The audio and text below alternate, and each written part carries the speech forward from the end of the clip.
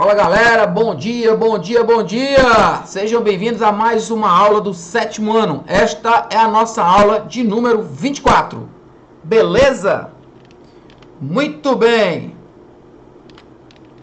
Vamos ver o que nós temos para hoje.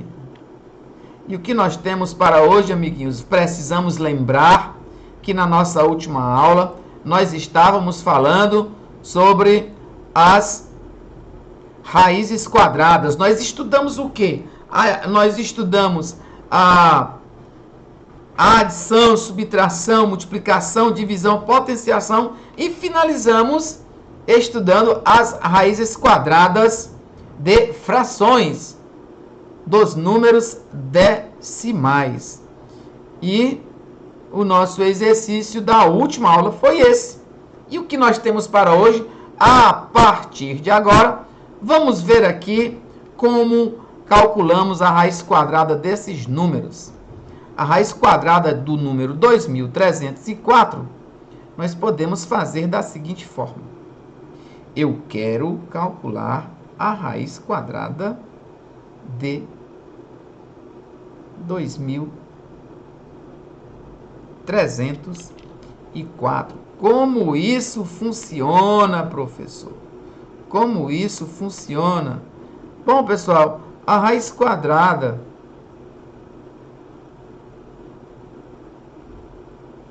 de 2304, nós vamos ter que fatorar, beleza? Vamos fatorar, não é o caso? 2304 é um número par. Então, eu vou fatorar dividindo por 2, tá? Dividindo por 2 vai dar 1.100, 2.300, 1.150, 1.152. Beleza? 1.152 ainda é par. 1.152 ainda é par. Então, 11 por 2 dá 6. Sobra 6, dá 5. 5 sobra 1. 15 por 5 dá 15 por 2 dá 7. 7 vezes 2, 14. Sobra 1. 12 por 2 dá 6. 576. 576 ainda é par. Ainda dá por 2. Aqui dá 2, sobra 1. 17 aqui dá 8, sobra 1. E aqui dá 8. 288 ainda é par. Vai dar 144. Ainda é par. Vai dar 72. Ainda é par. Vai dar 36. Ainda é par. Vai dar 18. Ainda é par. Vai dar 9. Não é mais par. Dá 3. Aqui dá 3. Aqui dá 3. Beleza? Então, o que que nós temos aqui? Nós vamos facilitar, vamos apresentar de uma forma bem curiosa, tá? Eu poderia pegar e escrever 2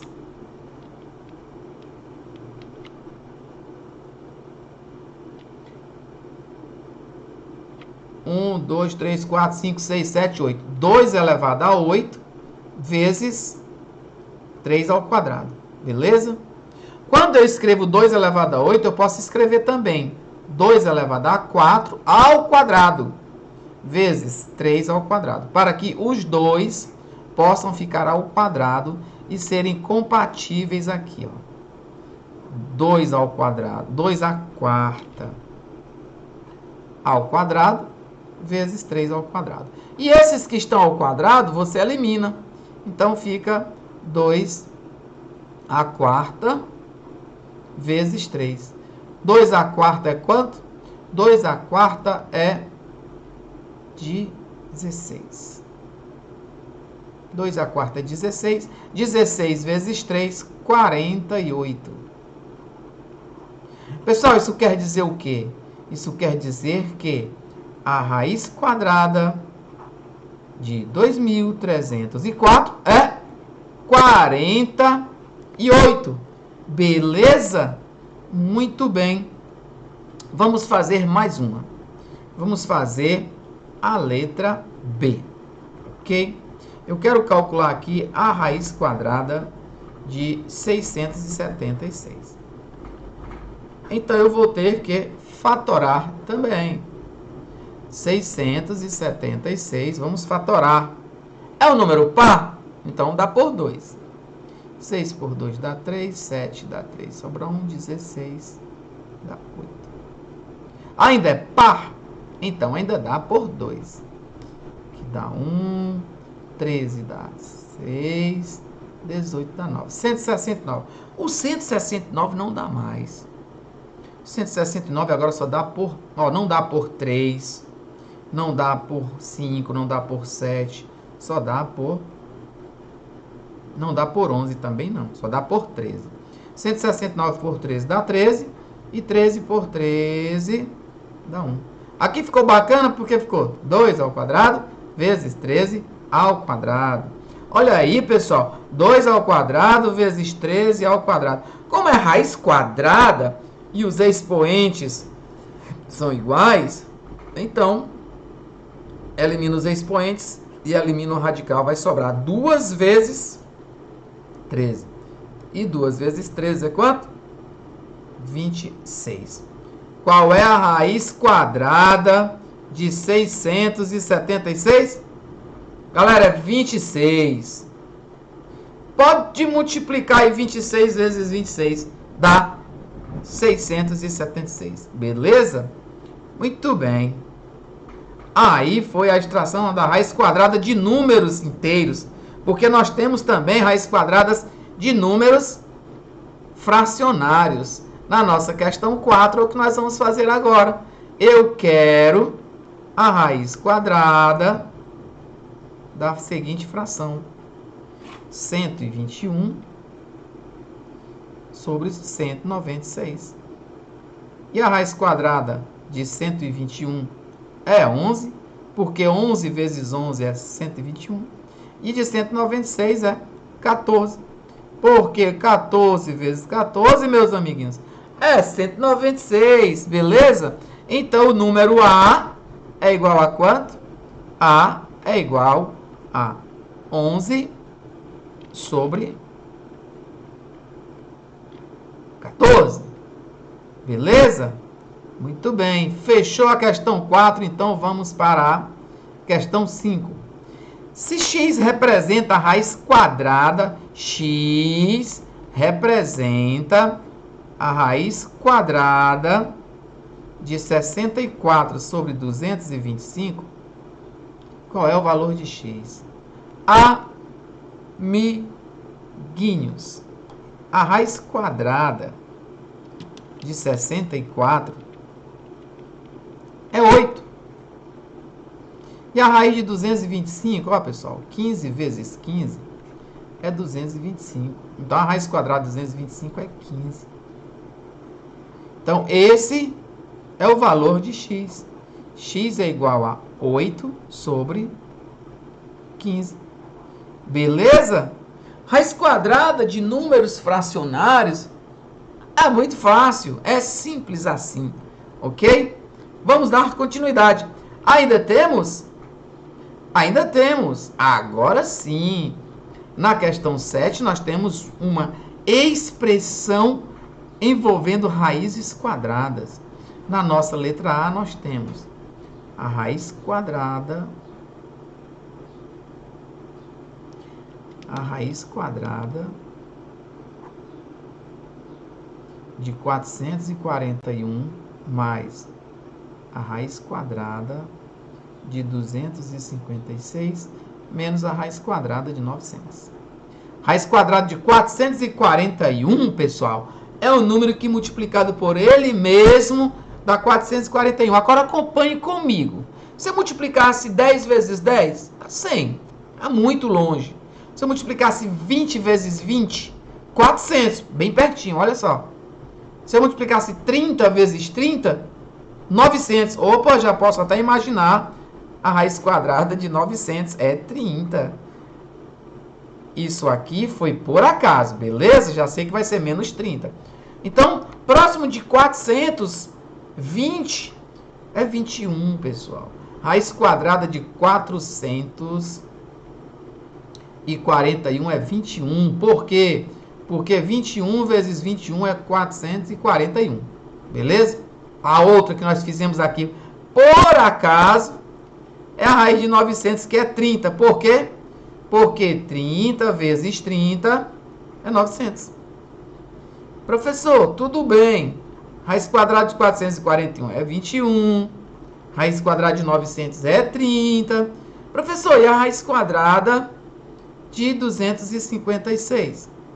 A raiz quadrada de 256 é um número que, multiplicado por ele mesmo, dá 256. Tá? Mas que número é esse, professor? Bom, 10 vezes 10 é 100. Tá longe. 20 vezes 20... 20 vezes 20 é 400. Passou? Não pode. Então tem que estar entre 20 e 10. Será que é o 15?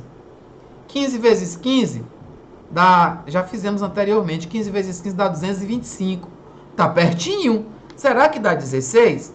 Raiz quadrada de 256 é 16. Porque 16 vezes 16 é 256. Então, fechamos a nossa ideia aqui. Agora é só somar. 21 mais 16, 37. 37 menos 30, 7.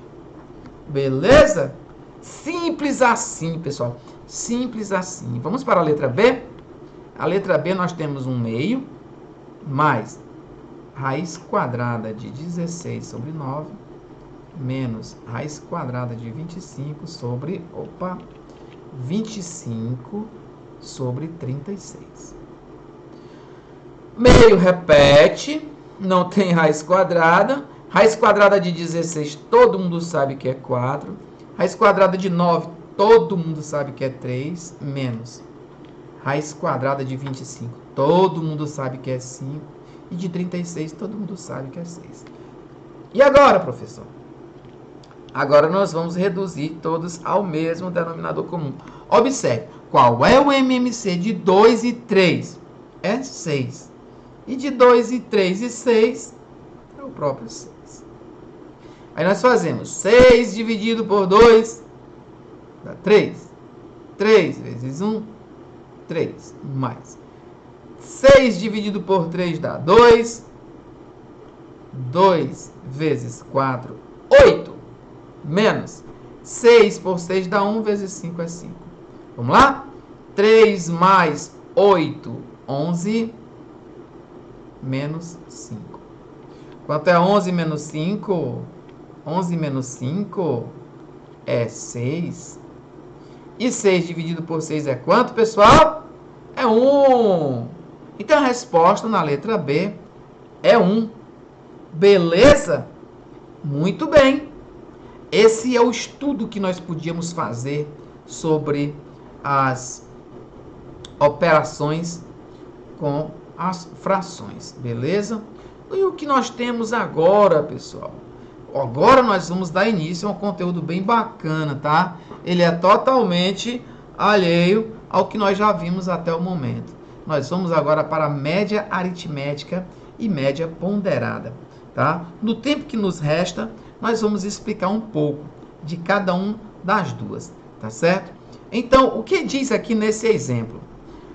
Em uma competição de ginástica, Clara obteve as notas registradas a seguir. Na modalidade salto de cavalo, na trave e no solo, tá? Ginástica, competição. Ela tirou 5 no salto de cavalo, tirou 8 na trave e tirou 5 no solo. A pergunta é: qual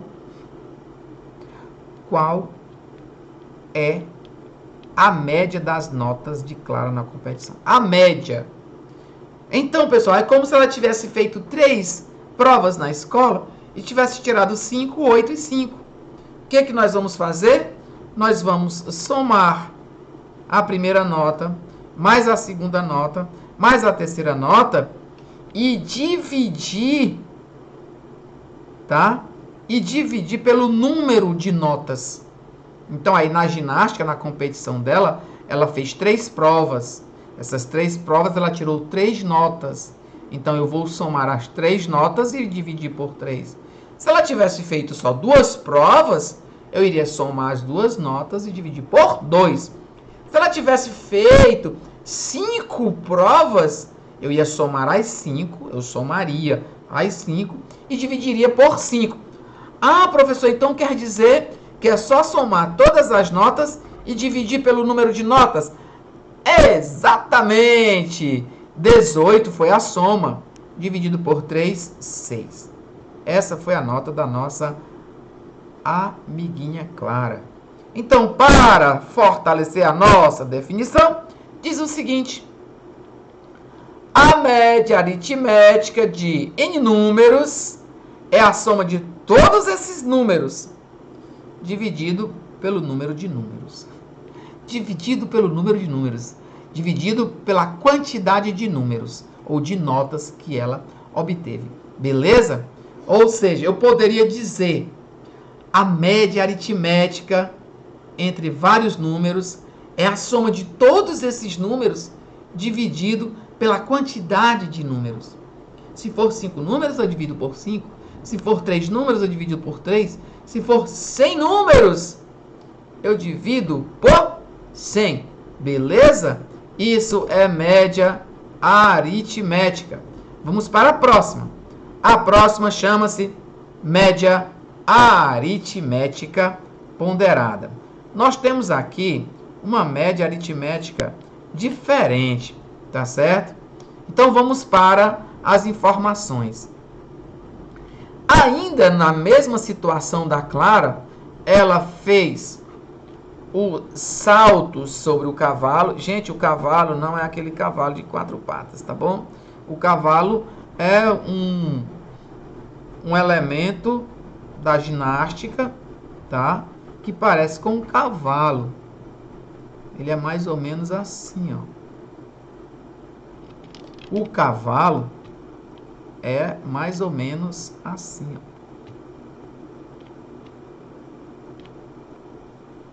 Tá? Aí nós temos assim, é mais ou menos assim. E ela salta, tocando no cavalo e dando cambalhotas. Beleza? Isso é o cavalo.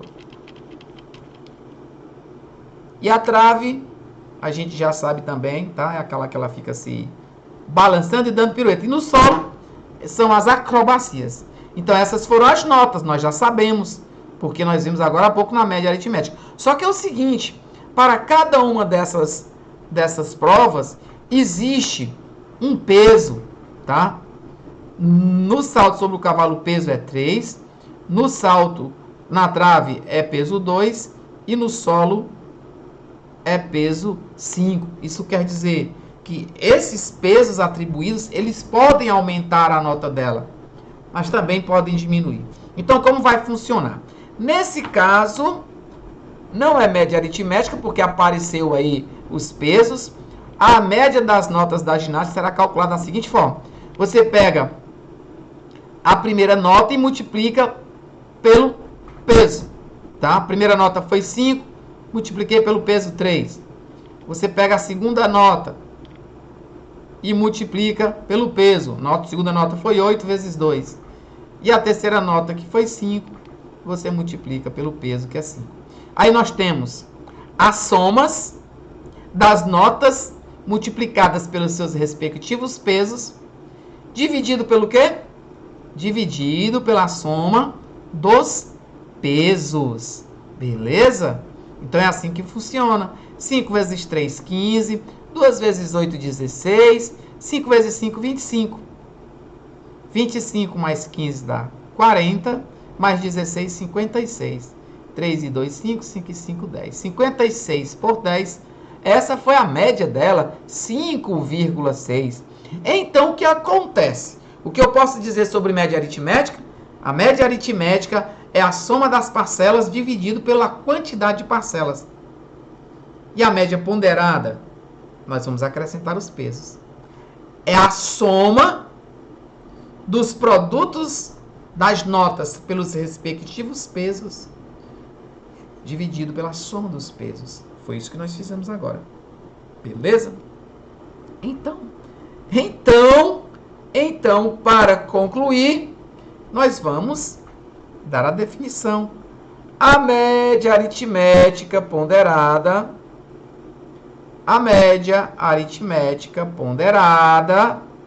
de um conjunto de valores é calculada pela soma dos produtos desses números, ó, 3 vezes 5, 2 vezes 8, 5 vezes 5, pela soma, viu? Mais e mais.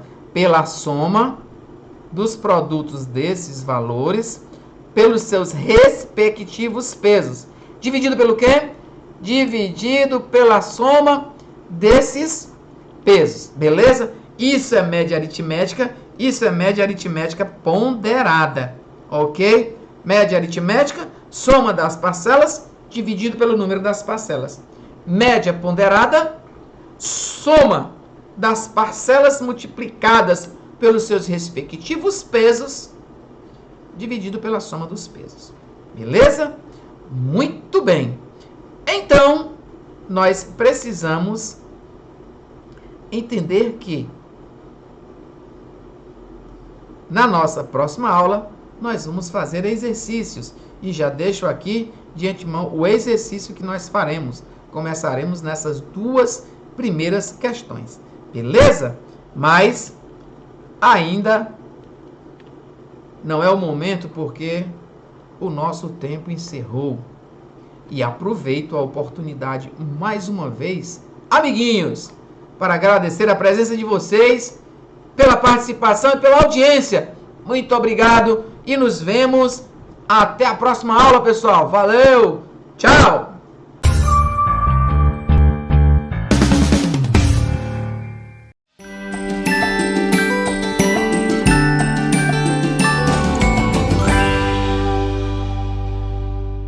Olá, gente linda de Deus, professora Vera Amorim chegando aqui para aquela nossa viagem semanal pela língua portuguesa, hoje na unidade 7, capítulo 1, com o conteúdo transitividade verbal.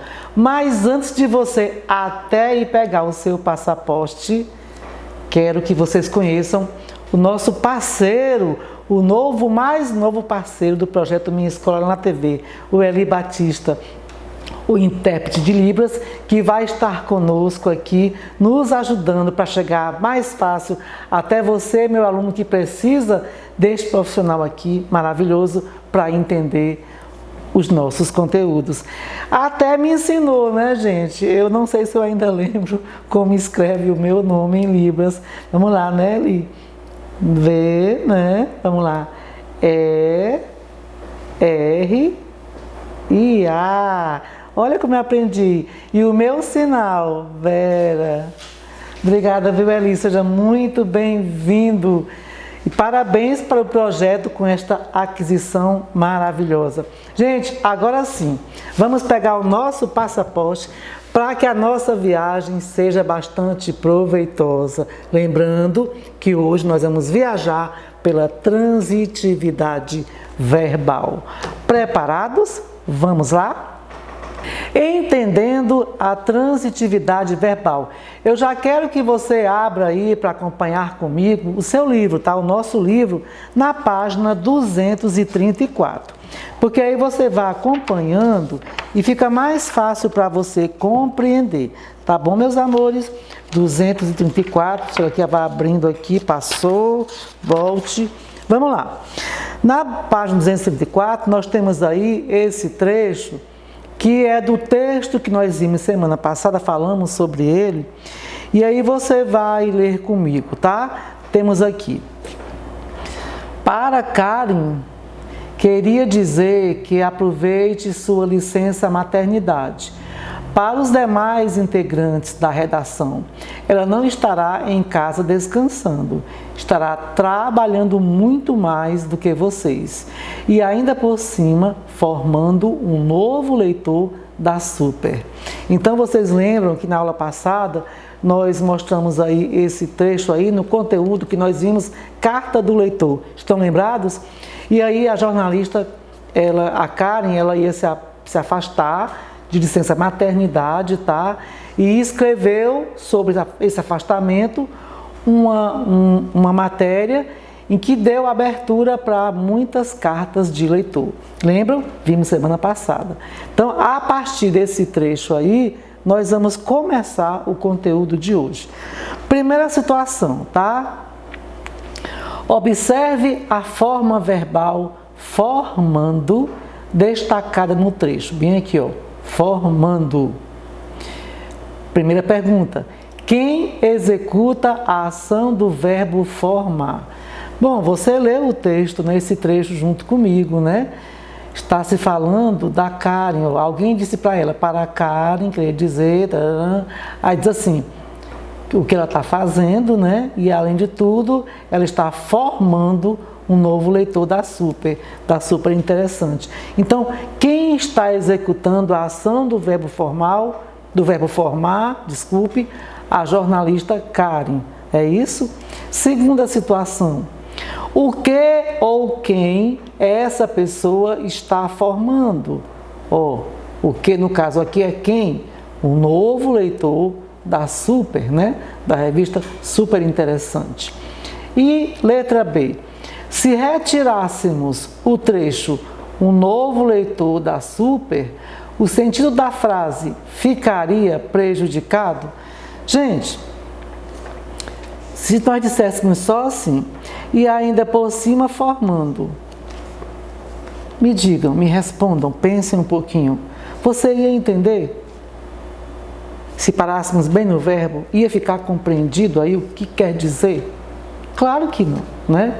Ficaria incompleto o sentido do verbo, tá? Por que ficaria incompleto? É o que nós vamos ver no conteúdo de hoje, transitividade verbal. Porque o verbo formar, ele precisa de complemento. Ele é um verbo transitivo. E o que é um verbo transitivo? O verbo que precisa de complemento, um verbo que se movimenta. E por se movimentar, precisa sim de complemento para ter o seu sentido completo. Ok? Então não dá para tirar um novo leitor da Super, porque aí ficaria sem se compreender o sentido. Ok? Então vamos lá. E o que é? Vamos saber nos aprofundar na transitividade verbal. Meus amores, a transitividade verbal é a propriedade dos verbos que necessitam de um ou mais complementos para que seu sentido seja inteiramente compreendido em determinado contexto. Então, não se pode simplesmente lançar um verbo dentro de um contexto sem tratar este verbo como ele merece. Se ele for um verbo transitivo, com certeza, ele vai necessitar de complemento, tá bom? Assim, os verbos que precisam de complemento são chamados de verbos transitivos. Por exemplo, os verbos escrever e gostar, tá? Precisam de complemento. Quem escreve, escreve alguma coisa. Quem gosta, gosta de algo ou de alguém. E os verbos que não precisam de complemento são chamados de intransitivos. Como exemplo, o verbo crescer, tá? Se diz, a menina cresceu, pronto, você já entendeu, né? A árvore cresceu, tá? Ele não precisa de complemento. Você pode até encontrar depois dele uma palavra, mas não quer dizer que ele precise. Você pode parar a frase no verbo ou a oração e vai estar com sentido completo, ou seja, compreendido, tá bom? Para você internalizar, mais uma vez, verbos transitivos precisam de complemento para completar seus sentidos. Verbos intransitivos não precisam de complemento para que seu sentido seja inteiramente compreendido de acordo com o contexto, tá bom? Então, deu para internalizar? Quem é quem? Transitivo, precisa de complemento. O intransitivo não precisa de complemento, porque já tem sentido completo. Vamos aí para mais uma página do nosso livro, né? 235. Abra aí rapidinho para você acompanhar, para você compreender melhor, tá, gente? Nada como fazer uso do nosso material, para que a gente possa compreender. Encontraram, antes da professora Vera? Ok. Temos aí a tirinha do Garfield, né? Aí tem aí, ó. Tem umas crianças que estão tocando a campainha e correndo. Esse balde d'água vai ensinar a eles uma lição. Ó, ding dong. Minha garota vai chegar a qualquer instante. E o Garfield? Eu acho que não. O Garfield fez alguma coisa. Vamos lá, só para a gente distrair um pouquinho, né? Qual é o fato cômico nessa tira? Vocês já perceberam aí que com certeza o Garfield jogou água na namorada do seu dono, né? Com certeza ele jogou essa água nela.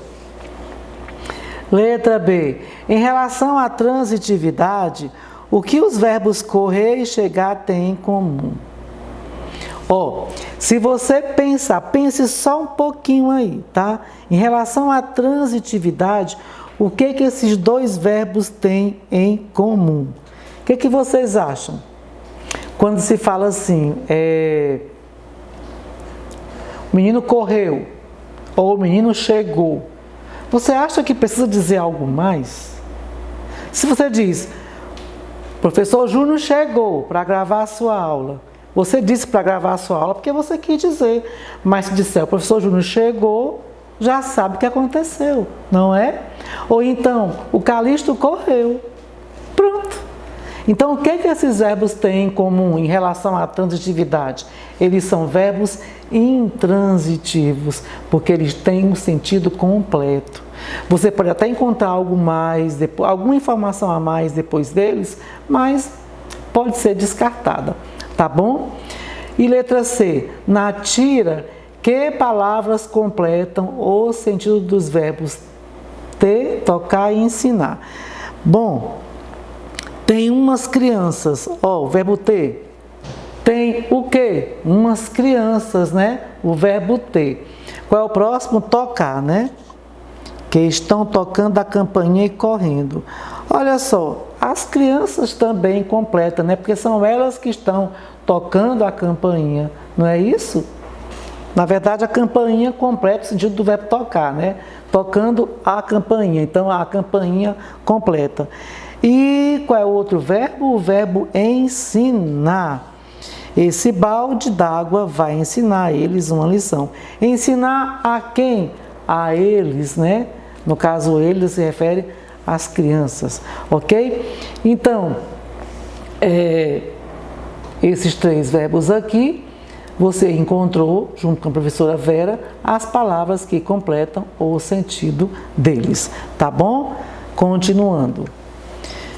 Prestem atenção o que nós temos aqui nessas duas frases, o que nós temos que entender a partir dessas frases, tá, gente? Ó, quando se diz, algumas crianças estão tocando a campainha, Garfield reclamou das crianças. O que a gente pode observar aqui?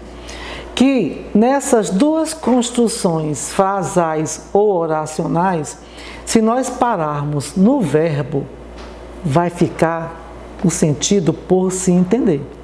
Se eu disser assim, algumas crianças estão tocando,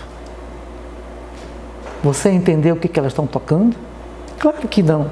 Elas podem estar tocando tambor, né? Tocando sanfona, tocando um violão. Nesse caso aqui, estão tocando a campainha. Garfield reclamou, sim, reclamou. Reclamou do quê? De quem? Das crianças. Então, o que nós estamos percebendo? Que esses verbos, eles precisam sim de complemento para que você possa entendê-los dentro do contexto, no sentido que eles querem passar para você, tá? Então, trata-se de verbos transitivos. Existe uma pequena diferença de um para outro que nós vamos já compreender, tá? Mas fique lembrando aí desses exemplos, tá, gente? Algumas crianças estão tocando o quê? A campainha. Garfield reclamou de quê? Das crianças. Percebam que até a forma de perguntar, para que você tenha o acesso ao complemento, compreendendo o verbo, o sentido dele, é diferente a pergunta, tá? Tocando o que, reclamou de que, tá? E por que, professora, que tem essa diferença? O que isso quer dizer? Agora nós vamos compreender, tá? O verbo que se liga diretamente a seu complemento, ou seja, sem preposição, já vimos esse conteúdo em aulas anteriores, né? Preposição. Esse verbo recebe o nome de verbo transitivo direto. Por quê? Porque ele precisa sim de um complemento, mas esse complemento vem ligado diretamente a ele.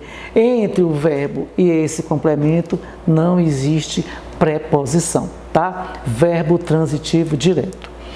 O verbo que exige preposição para ligar-se a seu complemento recebe o nome de verbo transitivo indireto. O nome já diz, indireto. A ligação entre esse verbo e o seu complemento se dá de forma indireta. Por quê? Porque entre esse verbo e o seu complemento vamos encontrar a preposição, tá bom? E ainda tem mais, gente. Alguns verbos podem exigir dois complementos, tá? São chamados de transitivos diretos e indiretos. E também conhecidos como bitransitivos, porque eles precisam dos dois complementos. Botei bem aqui um exemplo. Lembram lá do slide anterior? Lembram, né? Eu vou voltar aqui para vocês. Algumas crianças estão tocando a campainha. Tocando o quê? A campainha. Temos aqui um verbo transitivo direto. Garfield reclamou das crianças. Garfield reclamou de quê? Das crianças. Temos aqui o verbo reclamar, um verbo transitivo indireto, tá? E como exemplo de verbo bitransitivo, nós temos aqui esse balde. Gente, bem aqui começou com um inicial minúsculo, mas foi só uma falha da professora Vera digitando. Não esqueçam sempre começar frases com inicial maiúscula, tá? Esse balde d'água vai ensinar a eles uma lição. Percebam aí, tá? O verbo é ensinar. Primeira pergunta. Vai ensinar a quem? A eles. O que? Uma lição. Então, bem aqui nós temos um complemento com preposição, tá? E em seguida, sem preposição. Então, para você entender um pouco melhor, podia estar assim. Esse balde d'água vai ensinar uma lição a eles. Mas é a mesma coisa. Primeiro aqui veio o complemento com preposição, tá? E aqui sem preposição. Ou seja, nós estamos diante de um verbo bitransitivo, que é um verbo que dentro dessa construção precisa de dois complementos. Mas na verdade, quem ensina sempre ensina algo a alguém, tá? Eu aqui estou ensinando para vocês, assim como o nosso parceiro Eli Batista, através da língua brasileira de sinais. Ok, meus amores? Continuando, verbo transitivo direto e indireto. Bom, o que é o verbo transitivo direto e indireto? Acabamos de falar, vamos reforçar, tá? É aquele que necessita de dois complementos para ter sentido completo. Um complemento sem preposição e outro antecedido de preposição. Professora, o que é antecedido? Aquele complemento que antes dele vem uma preposição. Temos aqui no nosso livro, eu esqueci de colocar a página, mas é do nosso livro, esse esquema, tá? Verbo transitivo, tá, gente? Direto, indireto e o bitransitivo. Para você ver o que é cada um, a gente já falou, você faz uma nova leitura, tá? E aqui na página 236, nós temos uma atividade que eu destaquei ela aqui, para que você faça. Eu vou pedir que você faça, tá? Na sugestão de atividades. Mas destaquei intencionalmente, porque eu quero que vocês não deixem de fazer, tá bom? Nosso tempo é corrido, não posso resolver com vocês, mas é de extrema importância que vocês resolvam. Percebam que nós temos aqui todos os verbos destacados, ó. gosta, escreve, ama e cresce, tá? Aí você já vai pensar, tá, gente? Ó, primeiro aqui. Classifique no caderno os verbos destacados em transitivos ou intransitivos. Só essa aqui com vocês que eu vou fazer. Olha, o verbo gosta. Quem gosta, né, gente? Gosta de algo, de alguém, já vimos. Ele é um verbo transitivo. Ama. Quem ama, ama alguém, ama algo, não é? Também transitivo. Quem escreve, escreve algo, não é? E escreve para alguém também, né? Troca, a mesma coisa, você não troca à toa, você troca algo com alguém, né? Sempre vai trocar alguma coisa. E todos transitivos, né? Gosta, ama, escreve, trocam. E o verbo crescer, né? O cresce, ele é intransitivo. Porque quando se fala cresce, você já entende, né? O menino cresceu. Você já sabe o que aconteceu, ok? Então, responda às questões, que é mais uma forma de você internalizar os conhecimentos, tá?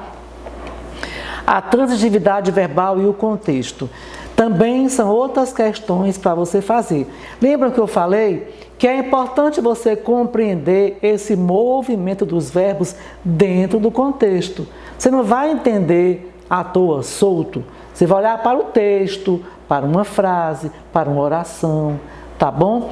Então, é mais uma atividade que você não pode deixar de fazer, para você entender como é importante, tá? Você compreender esse movimento do verbo dentro do contexto. Só aqui a letra C, classifique o verbo falar no primeiro quadro em relação à transitividade. Então, meu tataravô era um papagaio que falava muito. Olha, a transitividade. Se diz que meu tataravô era um papagaio que falava muito, falava. Você percebe que é um verbo o quê, gente? Intransitivo. O muito aí é uma informação a mais. Mas o papagaio falava, então, verbo intransitivo, ok? Respondam as outras questões. Quase finalizando, ainda sobre a transitividade. O mesmo verbo pode ser transitivo e intransitivo, dependendo do contexto em que é empregado. Por isso que é importante sempre estar observando o contexto, tá? O sentido do verbo e sua classificação, portanto, só podem ser determinados depois da análise do contexto em que eles estão empregados. Claro, você não vai compreender, saber se o verbo é assim ou não, se não for aplicado dentro do contexto. Ok, meus amores? Como sugestão de atividades, páginas 234, 235, 236 e 237. Gente, vamos fazer as questões, tá? Você vai internalizando os conhecimentos adquiridos hoje. É para saber se entendeu ou não, tá bom, gente? Então, nada como fazer para tirar a dúvida.